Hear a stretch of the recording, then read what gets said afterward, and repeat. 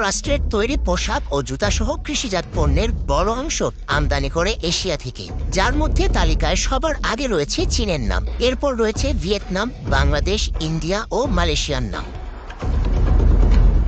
বাংলাদেশের পণ্য রপ্তানিকারকেরা মনে করছেন, এ শুল্ক শেষ পর্যন্ত বহাল থাকলে চীন থেকে পণ্য ক্রয় মার্কিন ব্যবসা প্রতিষ্ঠানগুলো সরে আসতে পারে। এতে বাংলাদেশের লাভবান হওয়ার একটি সুযোগ তৈরি হতে পারে।